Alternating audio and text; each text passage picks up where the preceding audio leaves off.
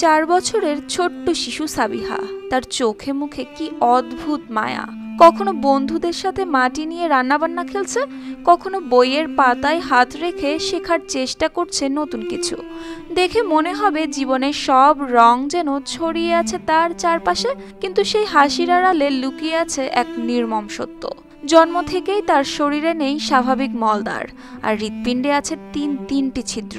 প্রতিদিন প্রতি মুহূর্তে মৃত্যুর সঙ্গে লড়ছে সে, তবুও থামেনি। অন্ধকারের ভেতরেই খুঁজছে জীবনের আলো। বাচ্চার সমস্যা জন্ম হওয়ার পর থেকে সে মলদ্বার নেই। এখন ভাই অনেক মেডিকেলে গেছি, অনেক টাকা পয়সার দরকার, কারণ 5-6 লাখ টাকার দরকার। এত তো আমার সামর্থ্য নেই, আমি দিন করি দিন খাই। ঠিক আছে, কেউ যদি সাহায্য করতো আমার বাচ্চাটা বাঁচাবে। লালমনিরহাটের কালীগঞ্জ উপজেলার চর এশরকোল গ্রামের দিনমজুর শামীম ও তার স্ত্রী রুমি, তাদের ঘর আলো করে এসেছিল কন্যা সাবিহা।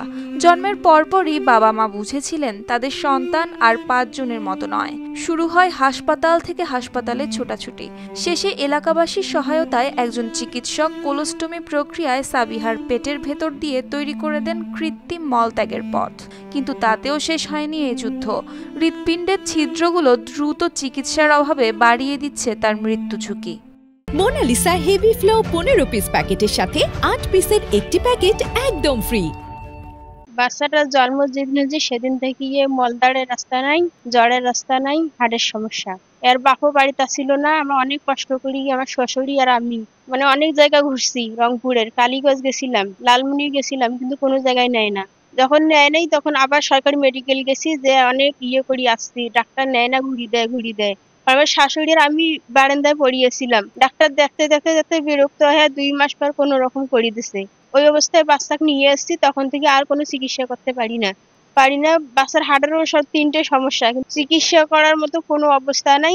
এর বাপ যখন কাজ করে তাহলে খাইতে পারি, যদি কাজ না করে তাহলে খাইতে পারি না। বাবা মায়ের স্বপ্ন ছিল মেয়েকে কোরআনে হাফেজা বানাবেন, কিন্তু সেই স্বপ্ন এখন রূপ নিয়েছে দুঃস্বপ্নে।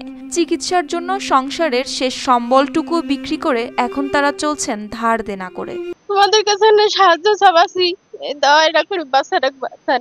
আমার স্বামীর কিছু নাই, কিন্তু তাকে দিয়ে আমার স্বামী আমার বাচ্চাটাকে বাঁচাইবে। কোনো উপায় নাই আমার স্বামীর। দিন করে দিন খায় আমার স্বামী। ক্লিনিকে তো বহু টাকা লাগে, ক্লিনিক না করে তারপর সরকারি গেছি, ওই জায়গায় বলতে তারপর টাকা বহুত লাগবে, 5-6 লাখ টাকা লাগবে। এত তো আমার সাধ্য নেই। কেউ যদি সাহায্য করে আমার বাচ্চাটা বাঁচাইতে পারবে। চিকিৎসকেরা সতর্ক করেছেন দ্রুত করতে হবে হার্টের সার্জারি, আর সেই অস্ত্রোপচারের জন্য প্রয়োজন অন্তত 5 থেকে 6 লাখ টাকা। কিন্তু তা জোগাড় করা দিনমজুর এই পরিবারের জন্য প্রায় অসম্ভব। তাই প্রতিবেশীরা নিজেদের সাধ্যমতো চেষ্টা করছেন শিশুটির পাশে দাঁড়াতে।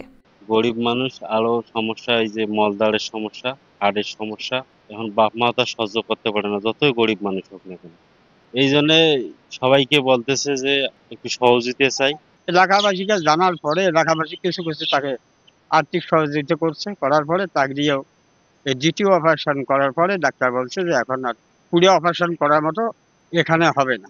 এমন করে যদি আল্লাহর বান্দা রানুবির থাকে, বাচ্চাটা মহব্বত করে যদি কিছু সহযোগিতা করি, বাচ্চাটার জন্য যদি সহযোগিতা করে, বাচ্চা থেকে বাঁচার জন্য যদি আল্লাহর বান্দা থাকে, যদি কিছু করে, তা আল্লাহর রহমতের সাথে বাচ্চাটা ভালো হয়ে যায়। আর যদি কেউ যদি না করে তাহলে বাচ্চাটা ভালো হওয়ার আশঙ্কা নাই।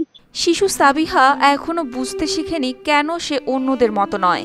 তবুও তার চোখে স্বপ্ন, একদিন সুস্থ হবে, স্কুলে যাবে, মাঠে খেলবে। আর স্থানীয়দের বিশ্বাস হয়তো কারো ক্ষুদ্র সহায়তাই ফিরিয়ে দিতে পারে সেই স্বপ্ন, বাঁচিয়ে দিতে পারে একটি নিষ্পাপ প্রাণ, আর এক অসহায় পরিবারকে দিতে পারে নতুন আশার আলো।